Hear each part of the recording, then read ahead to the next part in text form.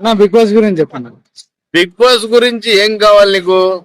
నాకా family week కావాలా? Family Nikhil వాళ్ళ నాన్నగారు మాట్లాడింది, మా అమ్మగారు మాట్లాడింది కావాలా?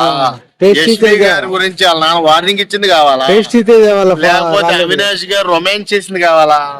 నీకేది కావాలి? అవినాష్ గారు రొమాన్స్ చూసా, ప్రతి మైండ్ అలాగే ఆలోచిస్తుంది. బిగ్ బాస్ లో బిగ్ బాస్ గౌరవించిన విధానం నాకు బాగా నచ్చింది. అవినాష్ ని ఒక సపరేట్ జోన్ లో చూడడం, వాళ్ళ ఆవిడ వచ్చినప్పుడు ట్రీట్ ఇవ్వడం, అక్కడ డెకరేట్ చేసి ఒక కేక్ పెట్టి 2 కూల్ డ్రింకులు పెట్టి అన్ని ఎలా అంటే లైటింగ్ డిన్నరా ఇది అంటారు కదా, లైట్ డిన్నర్స్ అంటారు చూడు, క్యాండిల్ డిన్నర్ ఏర్పాటు చేయడం అక్కడ బాగా నచ్చింది నాకు. కేక్ తో అక్కడ సర్ప్రైజ్ ఇచ్చింది విధానం బాగుంది. ఎందుకంటే కొత్తగా పెళ్లి అయింది, మచ్చడంతో ఎరలో తీయవచ్చు, బిగ్ బాస్ హౌస్ లో పడ్డాడు. వాళ్ళకి ఏదైనా సరే చెయ్యాలి అనుకోవడం, అతను ఎంటర్టైన్మెంట్ తో అందరూ నవ్వించడమే మెయిన్ ఉద్దేశం. బిగ్ బాస్ కి అలా చెయ్యాలి అనిపించడానికి కారణం మనోడి ఎంటర్టైన్మెంట్ తో హైప్ తెచ్చాడు బిగ్ బాస్ సీజన్ 8 కి. కాబట్టి అలాంటి వాడికి అలాంటివి జరగడం, అలాంటి గౌరవం బిగ్ బాస్ ఇవ్వడం నాకు బాగా అనిపించింది. నెక్స్ట్ ఇంకోటి ఏంటంటే నిఖిల్ వాళ్ళ అమ్మగారు హింట్స్ ఇచ్చారు. ఏమని? GPY తో జాగ్రత్తగా ఉండండి. జి అంటే గౌతమ్, పి అంటే ప్రేరణ, వై అంటే యష్మి. గౌతమ్తో తగాదా పెట్టుకోవద్దు అని చెప్పింది నిఖిల్. పెట్టుకోవడం వల్ల నువ్వు నెగిటివ్ అవుతున్నావు బయట అని చెప్పింది. యష్మికి దూరంగా ఉండని చెప్పింది. యష్మి ఐరన్ లెగ్, ఆవిడికి దగ్గరగా ఉంటే నిన్ను కూడా తీసుకెళ్లి నామినేషన్ లో పడేస్తారో, జాగ్రత్తగా ఉండని హింట్ ఇచ్చింది. పి అంటే ప్రేరణ. ఈ ప్రేరణ పిచ్చి ప్రేరణతో నువ్వు ట్రావెల్ చేసావు అనుకో, నిన్ను కూడా పైకి పంపేస్తారో, ఓటింగ్ లో పైన ఉన్నవాడు కిందకు వచ్చేస్తావు, జాగ్రత్త. మీరు సపరేట్ గా గ్రూప్ గేమ్ ఆడొద్దు కందా. నువ్వు ఆ సపరేట్ గ్రూప్ గేమ్ ఆడితే నిన్ను కూడా సపరేట్ గానే చూస్తారు ఆడియన్స్. ఇంకా 5 వారాలు ఉన్నాయి కాబట్టి సపరేట్ గేమ్ లోకి వచ్చేసి నీ ఇండివిజువల్ గేమ్ ఆడు. ఇండివిజువల్ గేమ్ ఆడితేనే నువ్వు కప్పు గెలవగలవు, గ్రూప్ గేమ్ ఆడితే గెలవలేవని వాళ్ళ అమ్మగారు ఇచ్చిన ఆ ఫ్యామిలీ వీక్ లో సలహా నాకు బాగా నచ్చింది. నెక్స్ట్ ఆవిడ GYP అని సంబోధించే విధానం కూడా నాకు బాగా నచ్చింది.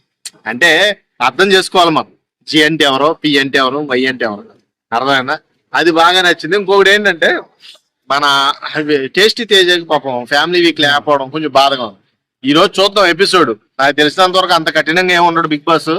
వాళ్ళ ఫ్యామిలీని కూడా ఇన్వైట్ చేస్తారని నేను హోప్ఫుల్ గా నమ్ముతున్నా. యష్మి గారి విషయానికి వస్తే, యష్మి గారు వాళ్ళ నాన్నగారు చెప్పిందన్నా కనీసం వినాలి. యష్మి గారు అని ఎందుకంటే ఆవిడకి ఎలాగ మర్యాద ఇవ్వడం రాదు కాబట్టి ఎవరికి. ఆవిడ మనమన్నా మర్యాద ఇచ్చామనుకో కనీసం ఇచ్చిపుచ్చుకున్నట్టన్నా ఉంటది. ఆవిడకి అసలు పద్ధతి లేదు, మాట్లాడే విధానం లేదు, సరిగా ఆర్గ్యుమెంట్ చేసే విధానం అస్సలు తెలియట్లేదు. ఎవరితో ఎలా మాట్లాడాలి, ఎలా బిహేవ్ చేయాలి, అవన్నీ కూడా లూప్ హోల్స్ మాట. ఆవిడ లూజర్ అనడానికి అది ఒకటి మెయిన్ కారణం. వాళ్ళ నాన్నగారు ఏం చెప్పారు? మగలే, నువ్వు బయట అందరి దృష్టిలో బ్యాడ్ అయిపోయావు, నెగిటివ్ ఉంది బాగా, నువ్వు పాజిటివ్ గా మార్చుకోవాలి. నీ పర్సనల్ గేమ్ ఆడు, ఇండివిజువల్ గేమ్ ఆడు. నువ్వు ఇండివిజువల్ గేమ్ ఇండివిజువల్ గా ఆడపోతే నిన్ను మటుకి చాలా మంది పగబెట్టుకున్నా అన్నారు బయట. నీ మాట తీరు ఎవరికి నచ్చట్లేదు, జాగ్రత్తగా ఆడని సజెషన్ ఇచ్చే విధానం నాకు బాగా నచ్చింది. తండ్రిగా కూతురు తప్పు చేసిందని దండెత్తాడు చూడు, ఆడే అసలైన తండ్రి. నాకు తెలిసినంత వరకు యష్మిని అలాగా ట్రాక్ లో పెట్టడానికి ఈయన బాగా హెల్ప్ చేశాడు. ఆవిడ ట్రాక్ లో పడపోతే మనం చేసేది ఏం లేదు. అంటే తండ్రి మాట ఈ రోజుల్లో ఎవడో వినట్లేదులే, కానీ ఇంటే వెళ్ళని గుడ్డు వినలేదు అనుకో, ఆవిడ కూడా అందరితో పాటు ఎలిమినేషన్ లో పోతారు. ఈ వీక్ ఎలిమినేషన్స్ అంటే కొంతమంది ఉంటారు భయ, అతిరేత మహారథులు. వాళ్ళలో ఇప్పుడు అనుకున్న వాళ్ళందరూ కూడా హైప్ లో ఉన్నారు, అనుకోలేని వాళ్ళందరూ కింద ఉన్నారు.